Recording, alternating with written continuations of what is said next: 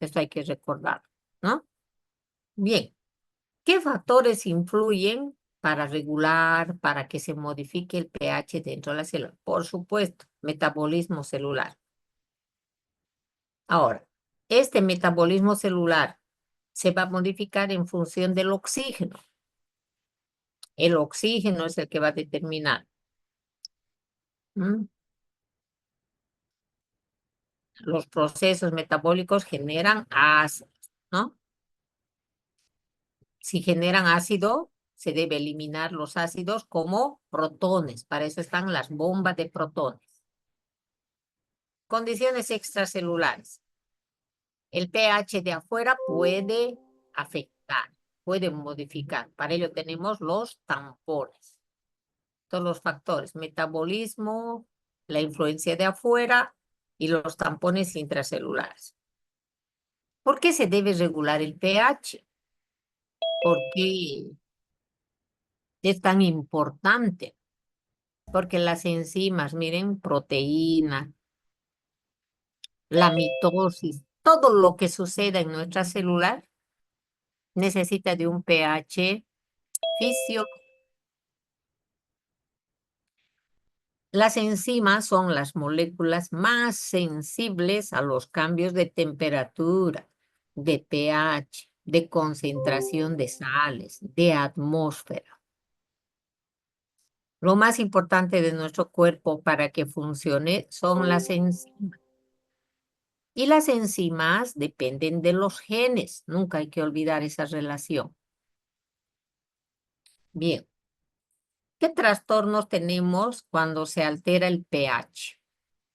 Ya lo habíamos mencionado, acidosis y alcalosis, ¿no?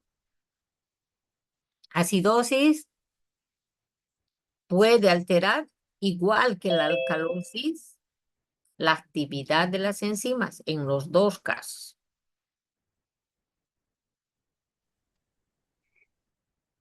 Vámonos al tema 7, equilibrio de agua y electrolitos.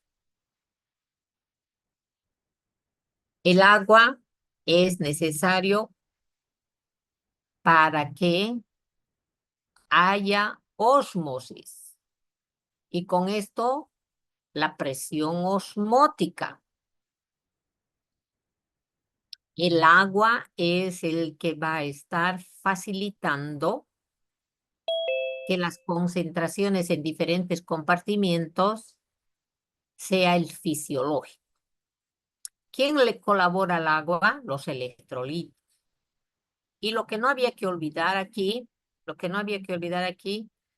que sobre todo el agua es con el sodio. No sé quién es el enamorado, el agua o el sodio. Parece que el agua, ¿no? Al sodio le persigue el agua. Y al sodio le persigue el potasio. Y a este el cloruro. De esa manera que son los tres elementos que debemos tomarlos en cuenta. Cuando se pierde el equilibrio, aquí va a haber un estado patológico. Por supuesto que puede llevar a la muerte. Nosotros necesitamos un equilibrio entre agua, sodio, potasio y cloruro. Otros más, pero son los más importantes. Entonces, en esta tabla, algunos valores coinciden con lo que usted ya tiene su tablita famosa del TikTok. ¿Eh? Entonces, ¿y eso por qué varía? Porque son diferentes escuelas, son diferentes laboratorios. Esa es su explicación. No hay una tabla universal, joven, ¿sí? Pero los valores son aproximados. Por ello tiene que acostumbrarse usted según el autor, ¿no? Aquí es importante que destaquemos lo siguiente, que ya sabe usted, pero tal vez alguien no le dio importancia. Este es el líquido extracelular y el líquido intracelular. ¿Qué es lo que abunda afuera? El sodio. ¿Qué es lo que abunda en el intracelular? El potasio, ¿no? El calcio, a mí me gusta más como 8,5 a 10 miligramos. Es lo que más se utiliza. El cloruro, en otras referencias, tenemos hasta 110. De hecho, yo tengo más en mi Nemo 110. Pero cuando tengo mis pacientes, lo que hago es fijarme los márgenes con los que está trabajando el laboratorio, ¿sí? Por ello nos mandan los valores de referencia al lado derecho y de esa manera sabemos con cuánto tiene calibrado su aparato ese laboratorio. Ahora este bicarbonato también de 22 a 28 y como término medio casi siempre tomamos 26, ¿no? Mis proteínas 7, pero lo correcto es 6 a 8, pero fíjense, es gramos, no es miligramos. Pero aquí está, aquí hay un errorcito. Miren, corrijan eso, por favor. Es decilitro, no es litro. Ahí hay un error garrafal. ¿No ve? Miren cuánta proteína tenemos, pero no es en un litro. Eso me equivoqué, o bueno, algo ha pasado. No, ha sido la inteligencia artificial. Lo ha corregido. Ya va. Entonces, tenemos que aceptar que hay esta diferencia en la concentración de los líquidos. Lo que nosotros más conocemos, jóvenes, con lo que más trabajamos es este. Puede ser una pregunta, ¿no? ¿Con qué valores trabajamos para poder corroborar, confirmar el estado de salud de mi paciente líquido extracelular? ¿Cómo yo podría sacar las células y sacarle su líquido intracelular? No podría, ¿no es cierto? Por ello que tomamos la sangre como el extracelular. Y lo que acabo de indicarles, mm, el principal catión se llama catión porque es positivo. Anión es cuando es negativo. Entonces, el catión importante dentro de la célula, potasio. Muy tóxico, muy tóxico. Tanto cuando está disminuido, aquí, 3,5 a 5. Si está menor de 3, la persona va a estar enferma. Si tiene más de 5, va a lucir enferma. De todos estos, el electrolito, el ion que produce más problemas es el potasio. Por ello, jóvenes, no sé si lo tendré más aquí abajo. Ya no. Por ello, jóvenes, que tenemos en farmacia las ampollas de cloruro de potasio. Pero estas ampollas de cloruro de potasio deben de ser diluidas, preparadas, mezcladas con agua destilada, bidestilada, en función a lo que le haga falta al paciente. ¿Cuántos miliequivalentes le faltan? Y entonces yo tengo que hacer esos cálculos que van a aprender en farmacología, pero lo que yo quiero que lleven de bioquímica es que este ion es tan importante, pero también es muy letal, ¿sí? Tenemos los casos de las viudas negras.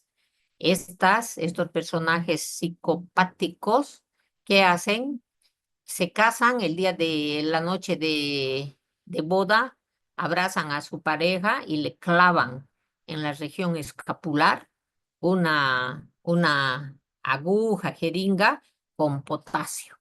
Y entonces, por supuesto que va a morir. Es uno de los tóxicos, entre comillas, ideales, ¿no? No le estoy enseñando para que con su suegra, no, no, no, sino para que recuerde esto, por favor. Cada vez que usted esté recetando ampollas de cloruro de potasio, tiene que estar seguro de lo que está haciendo, ¿no? Y cuando se procede a la autopsia de ese recién y flamante esposo, ¿qué se va a encontrar? Potasio aumentado.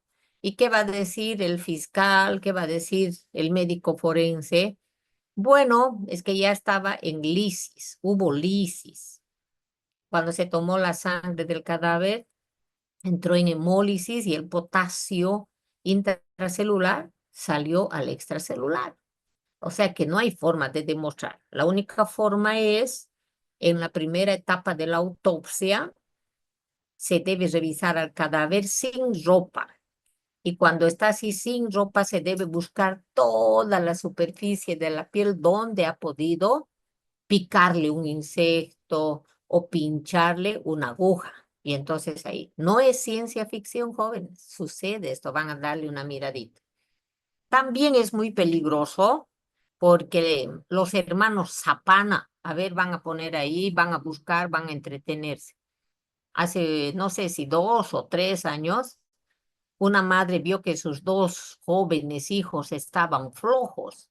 Entonces, la brillante idea del suero fue, compró suero, le llamó a su vecina auxiliar de enfermería o que sepa a colocar suero.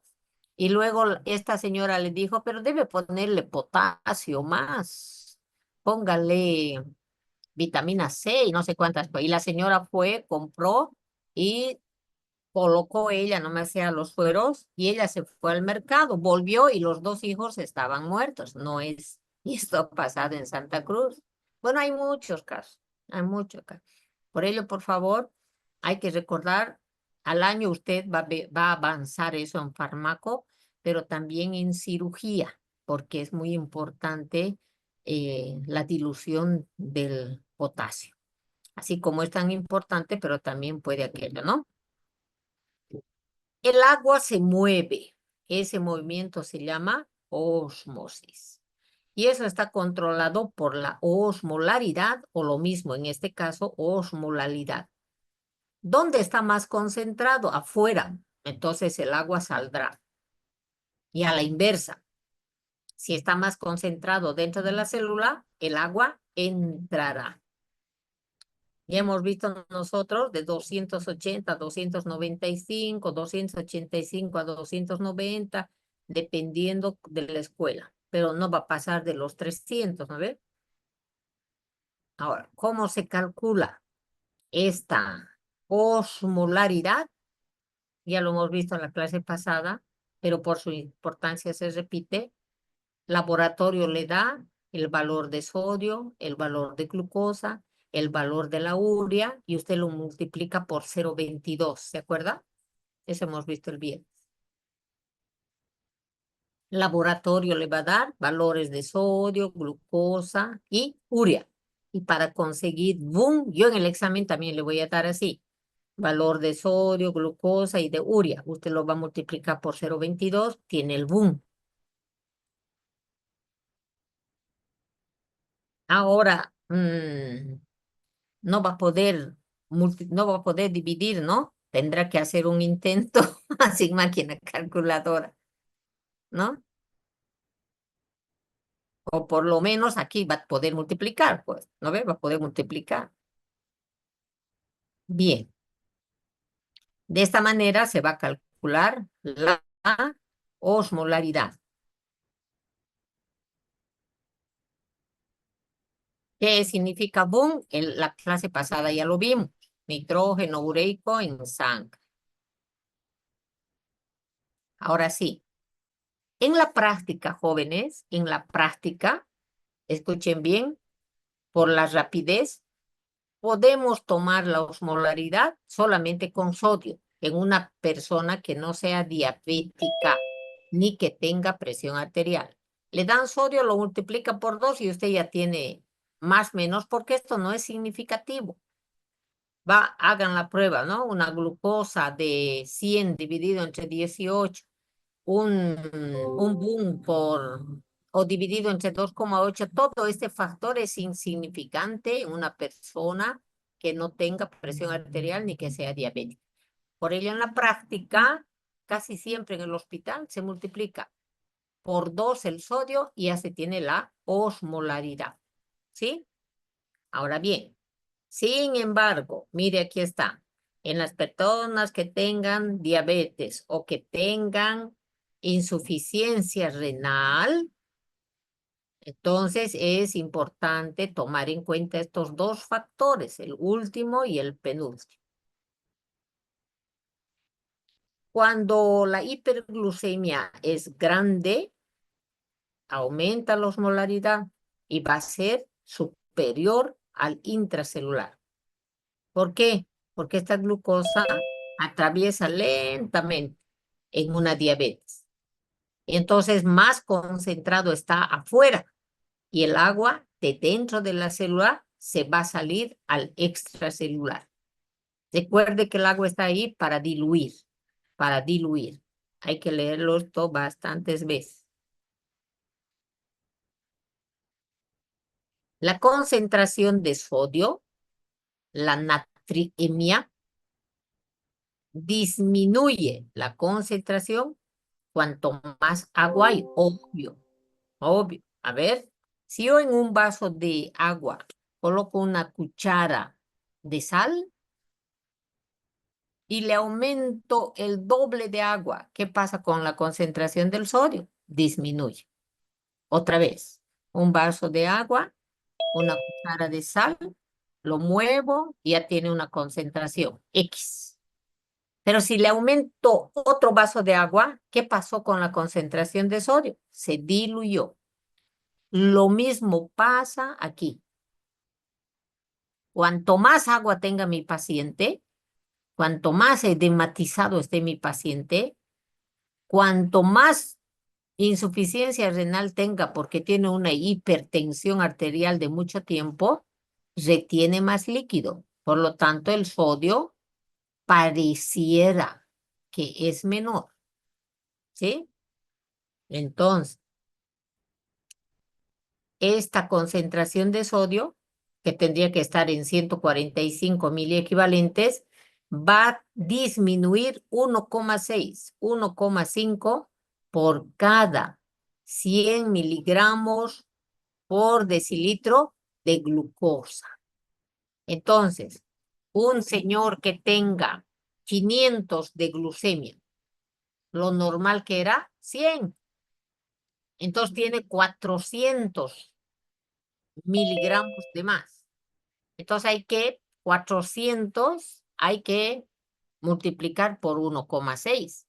¿Cuánto te va a salir? 3,2, 6,4. Entonces hay que sumarle a la concentración del sodio 6,4. El valor que me están dando de sodio no es el correcto. ¿Sí? Esto, por favor, la corrección. Entonces, en el examen le digo, el paciente tiene 500 miligramos por decilitro de glucemia, para que sean números redondos, para que no tenga que usar máquina calculadora. Y su concentración de sodio es de 130. ¿Cuál es el valor normal? Y entonces, a los 130 tiene que sumarle. ¿Cuánto? 6,4. Entonces, en realidad tiene 136,4. ¿Sí? Para eso sirve esto que está aquí, la concentración. Ahora, ¿qué va a hacer usted? 130, muy bajo de sodio, para nuestro ejemplo, ¿no? Entonces, no haga nada, mire, no haga nada, no está indicado tratamiento, porque en cuanto disminuya la glucosa, el agua va a volver a migrar.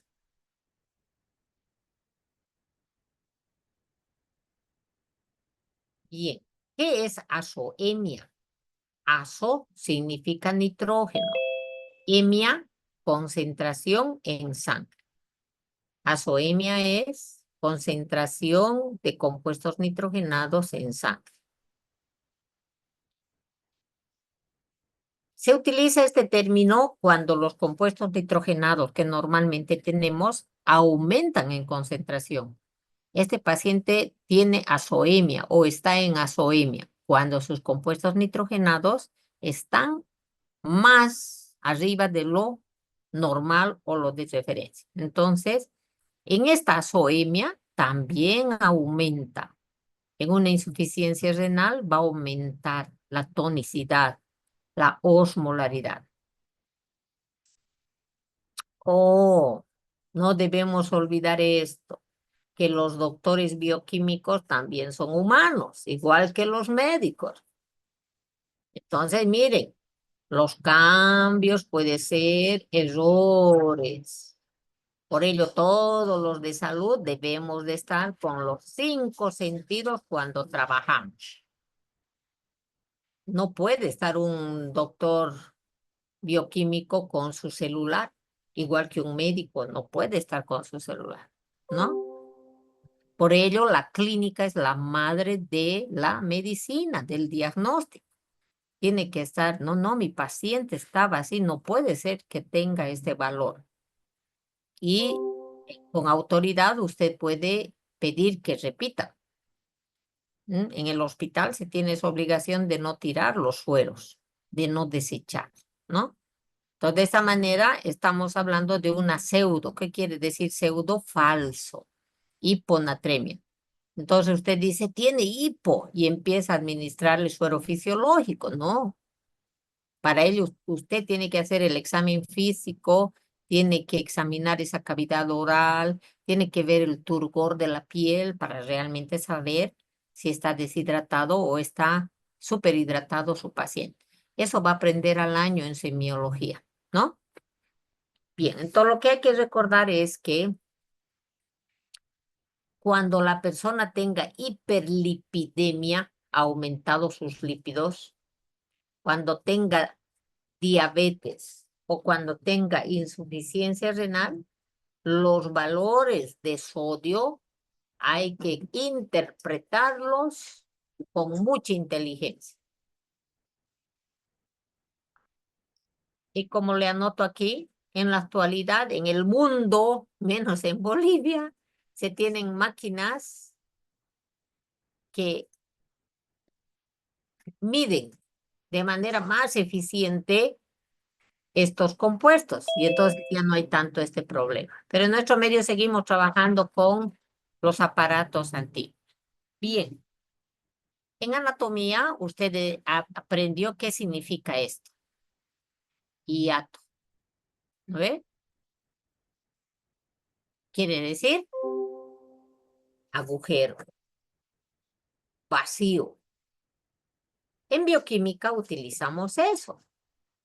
Hay una brecha, hay una diferencia, hay un vacío. Ajá, ¿de qué mire? Del anión, de los aniones.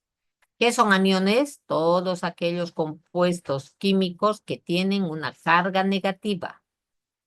¿Cómo se consigue este anión? Restando de la suma de cationes la suma de aniones. ¿Cuáles son los cationes? Y entonces tienen aquí abajo, miren, los más importantes, calcio y magnesio, calcio y magnesio. Calcio, que te salga 10 para hacer números redondos. Y magnesio 2, tienes 2, 2. 12 de cationes. Y los aniones, el cloruro con el bicarbonato, que te salga 10, 12, 15 que te salga. 15. Espérate, calcio y magnesio serían 12 los cationes. Los aniones, súmalos y que te dé 30 para que sea más fácil. 30 menos 12, 18.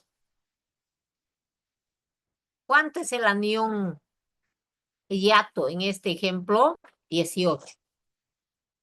¿Cuál es el valor normal? Fíjense, más menos 10. Ya, 10 a 12, ya, no importa. Entonces, interpretación. El anión hiato no es normal en mi paciente, porque normal debía de ser o negativo 10 o positivo 10. O si quiere ya de 10 a 12, no nos vamos a pelear. Ahora, ¿cómo se calcula rápidamente? Solamente se toma en cuenta sodio, cloruro y bicarbonato. Entonces, cloruro, por ejemplo, le vamos a poner que sea 120 y bicarbonato que me salga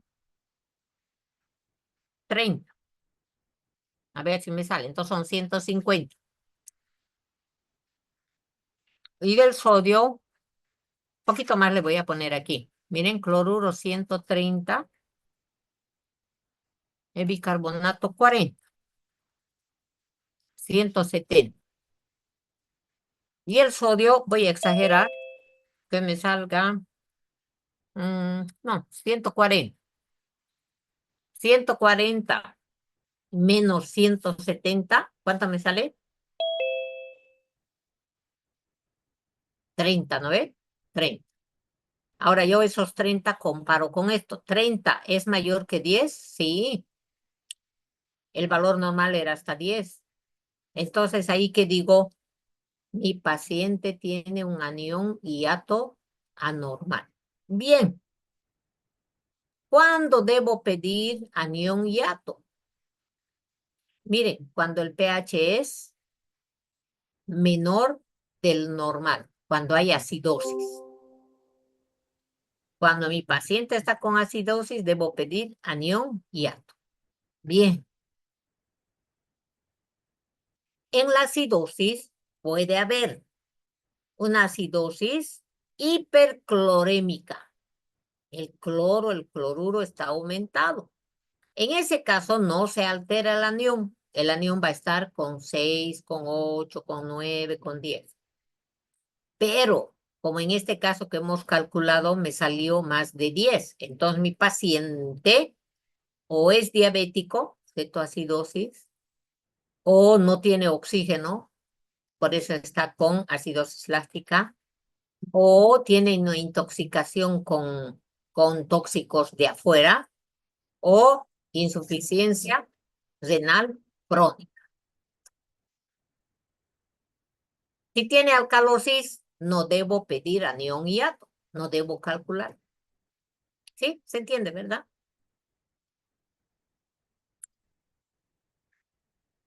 La magnitud del anión, como en este caso, ¿cuánto me salió? 30, ¿no? ¿Se acuerdan? 170 menos 40, 30. Si es superior a 30, entonces va a ser cetoacidosis o acidosis láctica. Aquí vamos a poner, miren, aquí pondré, voy a poner 35 para que me salga 35 la diferencia. Y entonces, si es mayor a 30, con seguridad diabético o le falta oxígeno, está con COVID. Pero si sale de 15, de 20, enfermo renal. Bien, pasemos a otro hiato, a otro gap. Este se llama ahora osmolar. Ah, ya no está relacionado con los aniones, sino está relacionado con las moléculas osmóticamente activas, osmoles. ¿Qué es un osmol? Es la cantidad de sustancias que tienen actividad en la osmolalidad. En este caso, también vamos a establecer una diferencia de la osmolaridad determinada en laboratorio, vamos a restar de la osmolaridad teórica. ¿Cómo se consigue la teórica? Multiplicando el sodio por 2, ¿no es cierto? Esa es mi teórica. Pero a ver, vamos a ver. En este párrafo tenemos las causas que aumentan esta brecha, este hiato osmolar. Diferencias entre anión y osmol, porque casi siempre nos equivocamos. ¿Qué mide? Cationes y anión. Y aquí, GAF, lo que acabo de decirle, osmolaridad calculada teórica y osmolaridad medida. ¿Para qué sirve anión GAF? Ácidos no medidos, aniones no medidos. En laboratorio no podemos medir por el momento todo lo que tenemos en el cuerpo porque somos humanos. Ya más adelante se inventarán máquinas. Y en esta otra sustancias osmóticamente activas no medidas porque el hombre todavía no inventó esa máquina. Utilidad para determinar acidosis. Y aquí la osmolaridad, intoxicación, sobre todo con medicamentos y alcoholes, que vamos a ver enseguida. Ahora bien, cuando los dos están elevados, entonces yo debo de pensar que la persona está intoxicada con metanol o etilenglicol.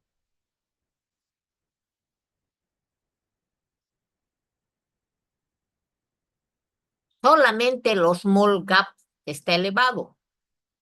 Entonces, esto va a ser con el manitol, es otro alcohol. Manitol, de 5 carbonos. Este manitol se lo vende en la farmacia y es un diurético cerebral. Cuando una persona tiene un accidente de moto, edema cerebral, entonces no te sirve furosemida, no te sirve espironolactona, hidroclorotiazida, tiene que ser manitol. Entonces puede que a tu paciente se te pase la dosis del manitol. ¿Y qué va a tener? Osmol gap, ¿no? Eso. Resumen, el anión gap y el osmol gap se utilizan para estar completamente seguros en los desequilibrios electrolíticos. El anión para buscar ácidos y el osmol para las moléculas osmóticamente activas.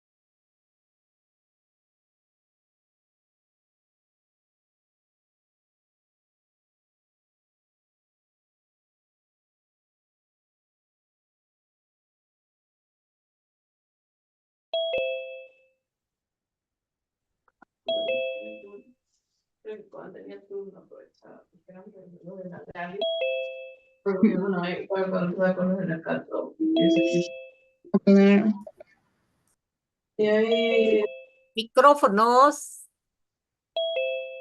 Bueno, vamos. ¿En qué cuadros clínicos aumenta el hiato osmolar? Ya lo habíamos indicado. Intoxicaciones con metanol, etilenglicol, pero aquí tenemos una lista más. Todos estos son alcoholes. 2 carbonos, 3 carbonos, un carbón, 2 carbonos y 2 hidroxilos, 5 carbonos. La glicina tiene 3 hidroxilos. Este es el famoso glicerol, a partir del cual, con el cual se forman los triglicéridos. Entonces, este alcohol, miren, en este tipo de cirugía, en una técnica que a lo mejor cuando ustedes ya trabajen, a lo mejor ya no haya esa técnica, pero por el momento todavía sigue siendo una resección de la próstata a través de la uretra, transuretral. Pero fíjense, aspirina y también la isoniazida puede provocar el aumento de este hiato. Salicilato. La aspirina, que es el medicamento de la vida, es uno de los medicamentos más tóxicos. Parece mentira, ¿no? Este es el agua corporal total, el volumen del agua corporal total. Obvio, está regulado por la sed, vasopresina y los riñones. Todo esto empieza osmoreceptores del hipotálamo. Recuerde que el hipotálamo es el que da orden, es el que sintetiza vasopresina, que se lo envía al lóbulo anterior de la hipófisis, que solamente es un almacén. Por ello que está aquí el hipotálamo. ¿Mm? Entonces, de esta manera, estas estructuras proteicas van a detectar si la osmolaridad está más de 290, menos de 280, y en función de ello hará que se pierda más agua por vía renal o menos, ¿no? Mm, Estos osmoreceptores responden a la hiperosmolaridad por la inducción de la vasopresina por la hipófisis anteriores, ¿no? Anterior o posterior, estoy dudando. Hipófisis anterior elimina vasopresina, ¿no? ¿O no? ¿O la posteriores? Posteriores, ¿no? La ADH, Creo que es Sí, posterior. la anterior, anteriores. es la que Ay, guarda. a ver, dale una mirada, hijo. La anterior. Sí, pero lo tenía escrito como posterior. Wow. A ver, ya. Entonces, todo hay que revisar, ¿no? Bien. Cuando esta osmolaridad es lo mismo en este caso decir osmolalidad que osmolaridad porque el agua tiene la densidad de 1. 1 litro pesa 1 kilo y 1 kilo ocupa 1 litro. Por eso es igual en el caso del agua, pero no es en los otros disolventes, ¿no? Un aumento de la osmolaridad del 2% produce sed y se libera la otra, ¿no? Un aumento.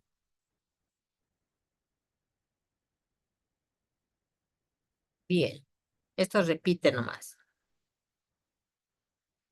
Es importante tener en cuenta esto.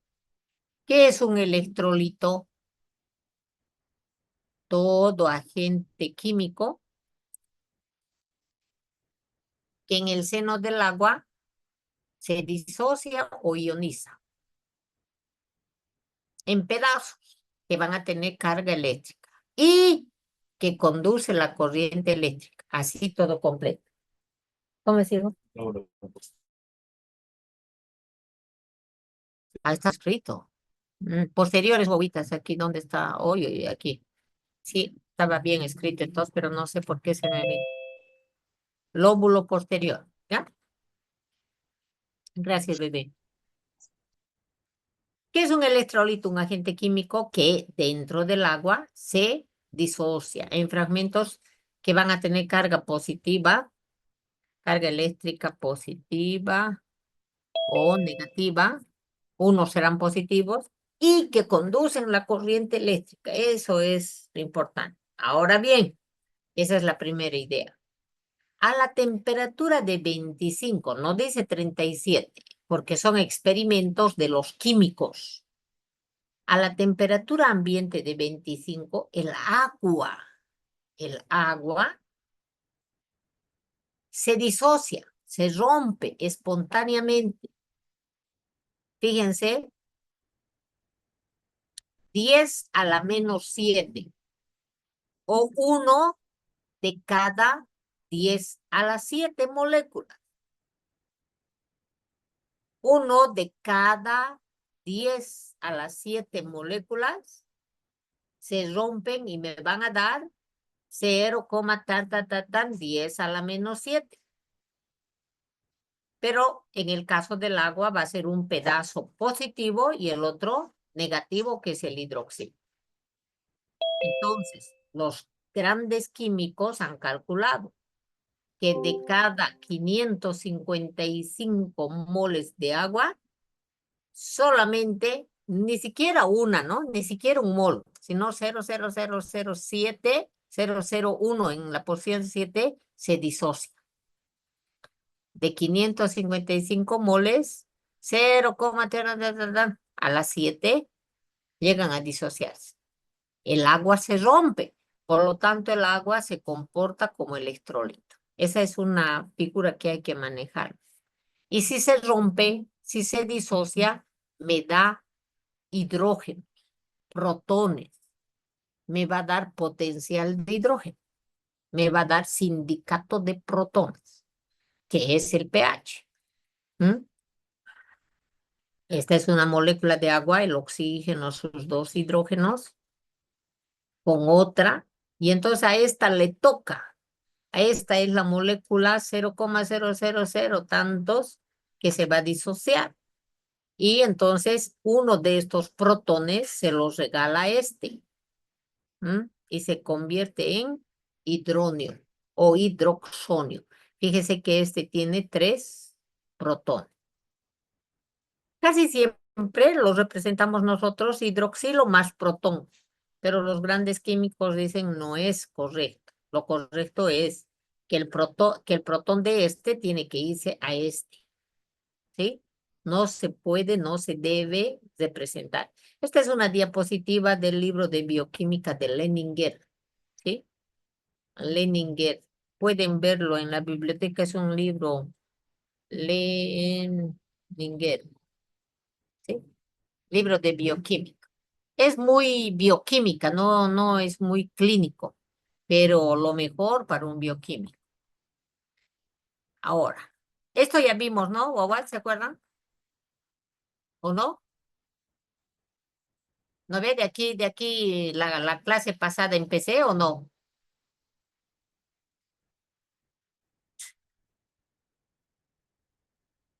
Sí, eso yo ya vi. Doctora ya lo vio. Es los gases, vamos. Gracias, Dana. ¿Qué es electrolito? Agente químico. ¿Y qué lleva? Recordemos que la molécula de agua es un electrolito. La misma molécula de agua se va a destrozar.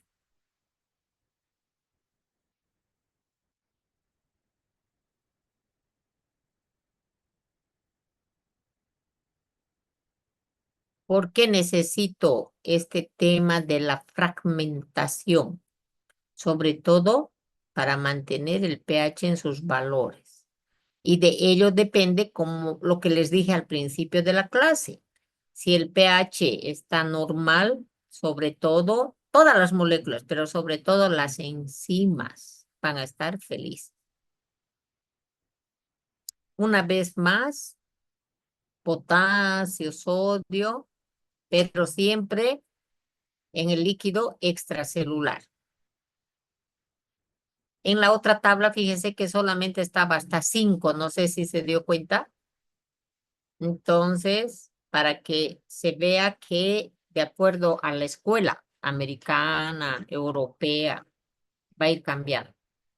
El magnesio, con que usted me diga 2 miligramos por decilitro, está bien. Bicarbonato, aquí le he puesto 6. Aquí puedo ponerle eso. 2, ¿no? Este es el que me gusta. Y aquí, si usted se queda con 110, ahí estamos bien. Y este 3,5 a 5. Pero hay estas referencias. Sodio. Creo que también vimos esto. Sí, ¿no? Ah, sí. Angiotensina. Recordemos que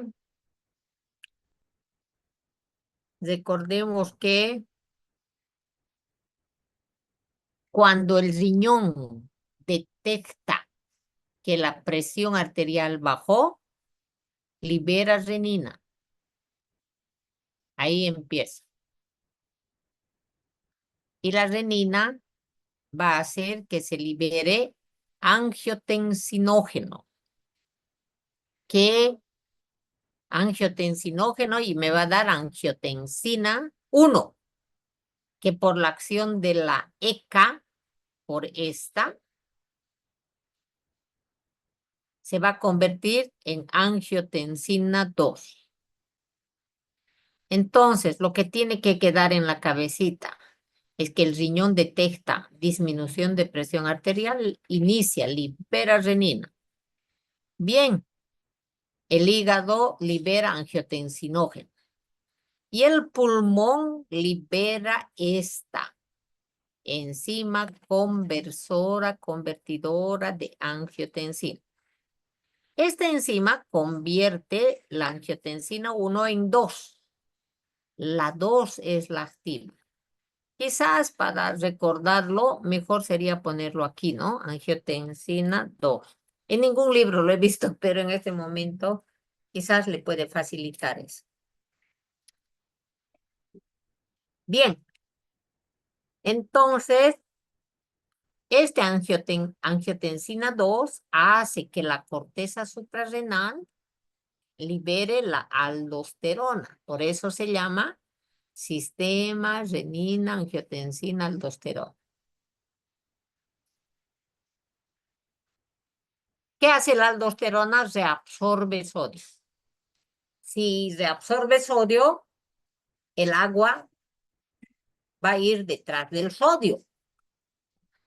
Se aumenta el agua, aumenta la volemia, aumenta el volumen sistólico, aumenta el gasto cardíaco y aumenta la presión. Recuerde que todo esto se inició porque había disminución a eso, de la presión arterial. Bien, entonces, ¿qué dice la farmacología frente a esto? Prepararon medicamentos que inhiben a la ECA. Por eso se llama IECA.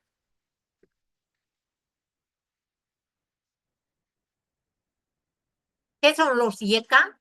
Medicamentos que bajan la presión. ¿Por qué? Porque inhiben a la enzima convertidora de angiotensina. ¿Cuáles son? Hay muchos más, pero con estos tres que se vaya yo estoy feliz.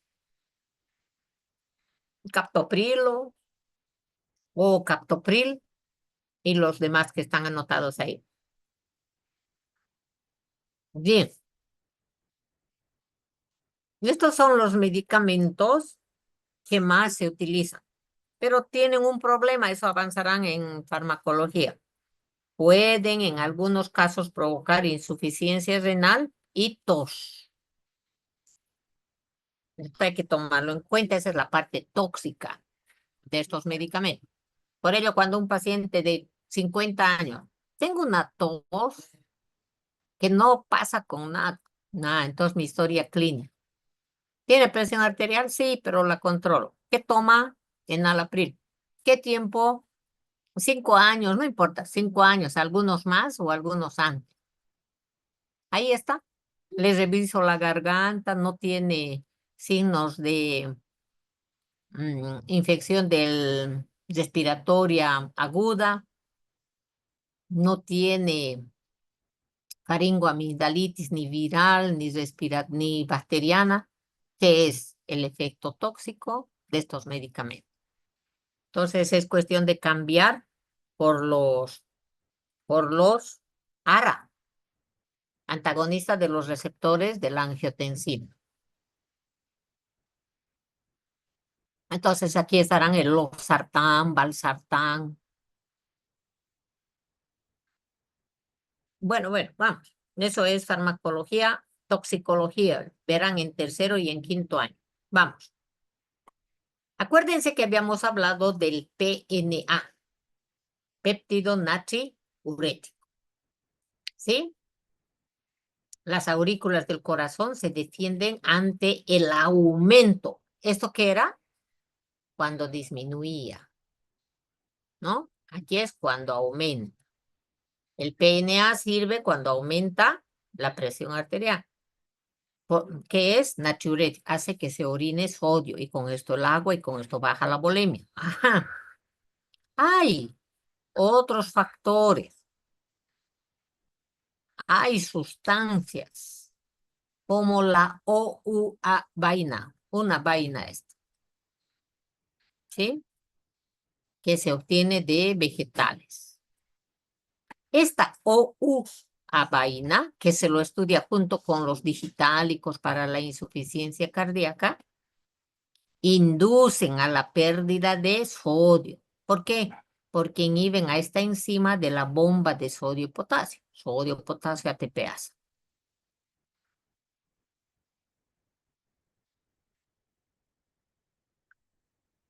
Entonces, recordemos que tenemos PNA, este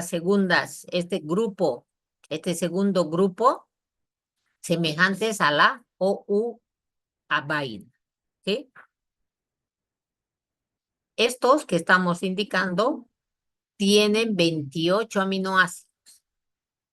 Por lo tanto, 28 aminoácidos. Aminoácido más aminoácido me da un péptido.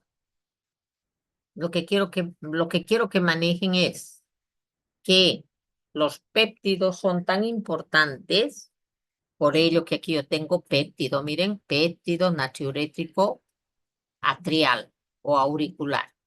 Pero las plantas también tienen péptidos. Esa es la idea que yo quiero que quede en su cabeza. Ahora, aquí ya habíamos insistido. ¿Dónde está PNA? En los gránulos secretores de las orejitas del corazón, aurículas, que son liberados cuando aumenta la presión o cuando hay mucha sal o mucho volumen. Y en algunos estudios, publicaciones se han encontrado que este PNA está elevado en la sangre de los pacientes que tienen edemas, ¿no? Tienen más volumen o que tiene aldosteronismo. Se mide aldosterona, también está. O que tiene insuficiencia cardíaca, por lo tanto sus piecitos parecen de elefantes, no tan exagerado, ¿no? Hay diferentes grados. ¿Cómo yo sé que mi paciente tiene insuficiencia cardíaca? Sus piecitos, ¿no? Edema, simétrico. Los dos, porque si fuera uno, tal vez alguien le pateó. Trauma. ¿M? Insuficiencia renal o cirrosis con ascitis. ¿Qué es ascitis? Acumulación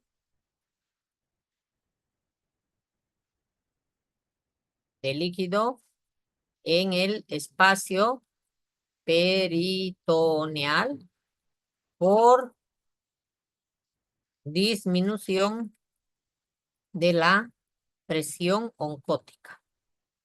¿Qué es la presión oncótica? Aquella que está producida, provocada por la albúmina. Por ello, mire que dice cirrosis. El hígado está afectado. ¿Para qué sirve el hígado? Entre otras, para sintetizar albúmina. Y si está insuficiente ese hígado, no habrá albúmina.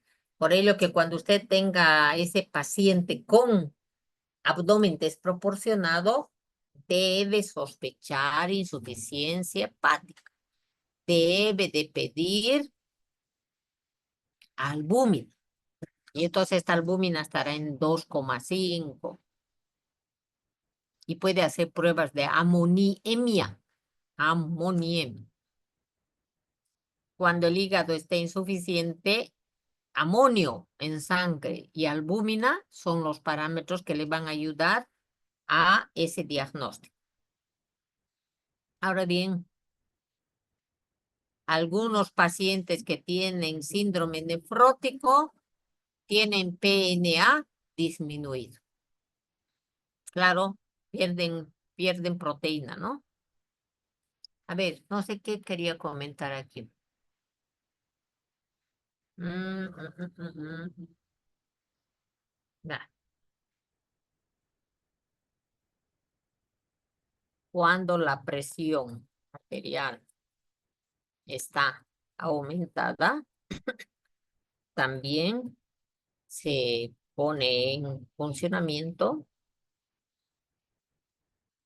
el proceso relacionado con el óxido nítrico sintetizado por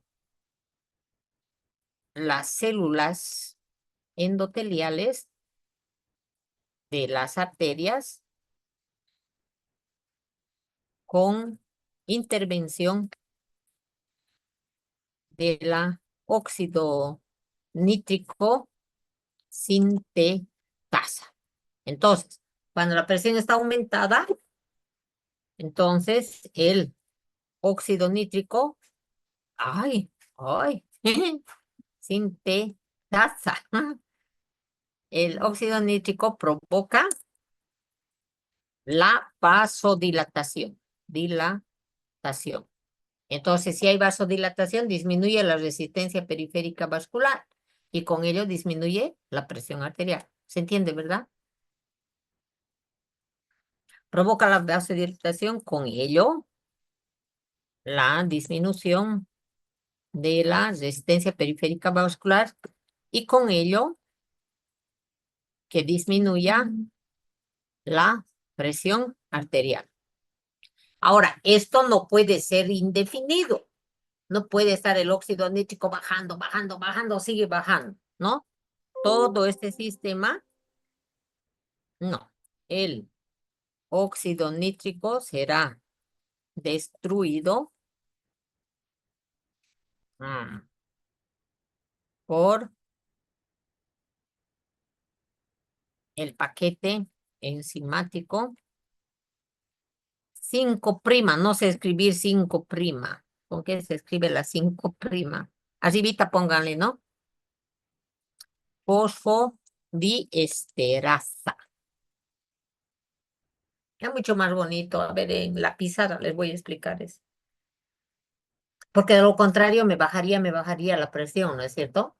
Pero cuando ya tiene que llegar a su normalidad, no tiene que bajarse, entonces entra en funcionamiento la fosfodiesterasa, que destruye el óxido nítrico. Por lo tanto, ya no hay vasodilatación y con ello ya no sigue bajando la presión arterial. Recuérdenme esto, relacionar con el sildenafilo. Sildenafilo. Me dicen eso en clases, por favor, cuando nos veamos. Este esquema, sodio, el electrolito más importante para la determinación de la bulimia y con ello de la presión arterial, ¿no? Bien, este sodio tiene canales de sodio, tiene su túnel propio, pero tiene otro donde se utiliza cotransportador. Lleva sodio, potasio y cloruro. Muy bien. Entonces, pero tiene también otro que es cotransportador con glucosa. Qué interesante. Ya, vamos a ver. Estos de que tiene que solo canales de sodio, recuerden que nuestra membrana celular tiene estos canales de sodio, de potasio, de GABA, de agua. Ya. Sobre estos canales de sodio trabaja este diurético, este medicamento, amilorida. Sobre este, clorotiazida, hidroclorotiazida. Por favor, con esto tienen que irse a farmacología. Y con este o aquí trabaja el SRO, suero de rehidratación oral.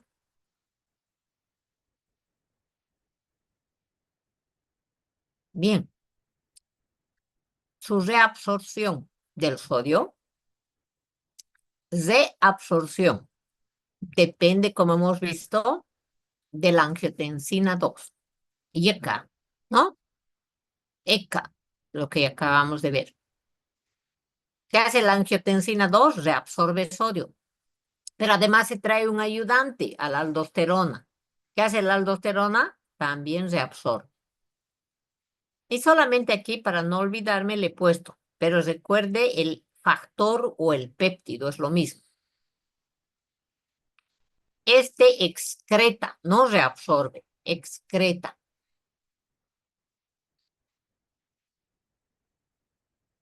El sodio se puede quedar más en el cuerpo porque no se elimina, o se puede ir porque se elimina más de lo que se debe. ¿Cuándo no se elimina lo que se debe eliminar?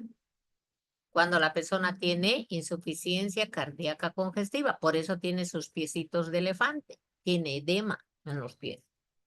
Si se queda el sodio, se queda el agua. ¿Sí? ¿Se entiende, no ve? ¿Cuándo? Cuando el hígado no sintetiza albúmina, hipoalbuminemia. Enfermedad renal, cuando se pierde mucha proteína. Cuando el riñón está enfermo, pierde proteína. O cuando hay hiperaldosteronismo. Entonces, ¿qué va a pasar aquí? Si hay hay aumento de la aldosterona. Entonces se reabsorbe. Y esto va a aumentar el sodio en sangre. Si aumenta el sodio en sangre, se reduce la pérdida de agua y la persona va a estar hinchada. Todo lo contrario aquí. Se pierde mucho sodio, mucha agua en una diarrea. En las fístulas, ya sabemos qué es fístula. Mi paciente es panadero, mi paciente es churrasquero. Esto va a tener problemas. Por lo tanto, quemaduras, las quemaduras son provocadoras de hiponatremia. Entonces se pierde mucha agua en una diarrea, se pierde mucha agua y poco sodio. ¿Mm? Trastornos del equilibrio ahora hidromineral, de agua y de mineral. Ya hemos visto hasta el cansancio esto, ¿no? La presión arterial es igual al gasto cardíaco por la resistencia periférica vascular. Y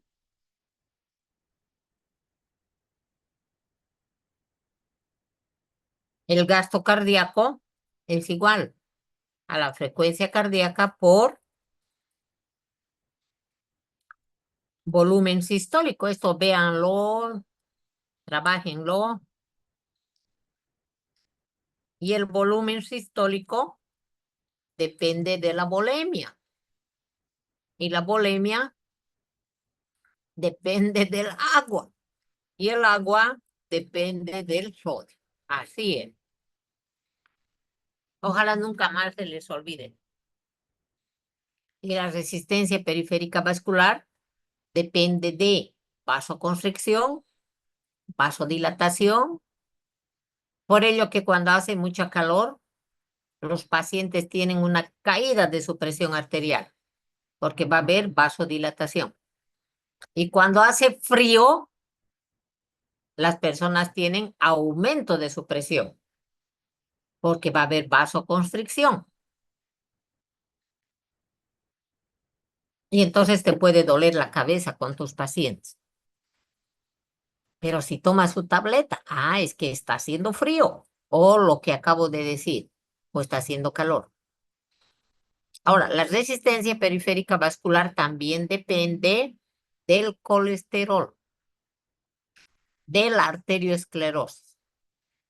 Por eso que a mayor edad, menor elasticidad de las arterias. Por lo tanto, mayor aumento en la incidencia de los hipertensos. La mayoría de los hipertensos 50 años adelante. Pero también los estudiantes de medicina, próximo a los exámenes, tienen un piquito de de hipertensión. No se van a olvidar. Bien. Agua corporal total. Hace rato ya lo habíamos visto, ¿no? En fisiología acaba de ver esto. 2/3 partes dentro de la célula. 1/3 acá. Por ello que es tan peligroso que se pierda agua durante mucho tiempo. Porque en principio se pierde el extracelular. Pero cuando la pérdida es por un tiempo determinado, se ataca al intracelular. ¿Mm? Los signos clínicos del líquido extracelular no son tan molestosos, no son tan llamativos, pero los del intracelular, eso sí, la persona ya no puede caminar, está completamente deshidratada y los niños pueden morir. Ese es el detalle. Por estos 2/3 y 1/3. Por lo tanto, el sodio, como ya lo hemos visto, es necesario para que atraiga agua. Si atrae agua, va a haber volemia, va a haber buen volumen sistólico de 70 ml y va a haber un buen gasto cardíaco, o sea, quiero decir fisiológico antes que bueno. Y la presión arterial será también fisiológica. Esto significa presión venosa central. La presión venosa central. Para no confundir una cosa la presión arterial y otra la presión venosa. ¿Cómo se mide esta presión? Porque la teoría, ustedes ya han aprendido que la vena cuando llega a la aurícula derecha, su presión es 0. Esa es la teoría. Pero en situaciones tenemos que ver cómo está eso. ¿Y cómo se mide? Con tensiómetro, no, con un catéter venoso central o la vena cava superior. En otras materias también van a llevar jóvenes, pero yo quiero, tienen que irse de aquí, que la presión arterial depende del sodio, del agua y todo lo demás. ¿Y qué otra cosa es la presión venosa central? Que para ello se coloca una sonda. ¿Mm? Bien, la cava superior. Ahora, lo normal, de acuerdo a los autores, 1/6. Y para el mnemotécnico, ya sabemos, en esta vena cava superior. Pero cuando llega a la aurícula, teóricamente tiene que ser 0. ¿Sí? 1/6 milímetros. De esta manera, ¿para qué se mide eso? Esto es en pacientes súper internados. De esta manera podemos saber este volumen intravascular que está dentro de los 2/3 del líquido extracelular. Para eso es necesario saber este detalle. Pero no va a ser fiable si la persona tiene taponamiento pericardio o su tricúspide del lado derecho no funciona bien. O sea, en estos casos, ¿sí? Que tendría ya que ir teniéndolo presente. Ahora, esta PVC no es normal en este paciente. ¿Es? Se le toma la PVC, no es normal. Ah, entonces, ¿qué está pasando? La presión capilar pulmonar de enclavamiento o otra presión que yo necesito que se lleve de aquí. Presión capilar pulmonar de enclavamiento. Su nombre lo dice. Es la presión con la que la sangre va a llegar a estos capilares. El otro día habíamos hablado del problema de los sueros. Habíamos hablado del EPA. Y es que Estos capilares no pueden resistir mucha presión. Y por ello estamos hablando. Si la PVC va a estar aumentada, entonces la presión capilar pulmonar también va a estar alterada. Y podrá ser más preciso para problemas de este ventrículo izquierdo.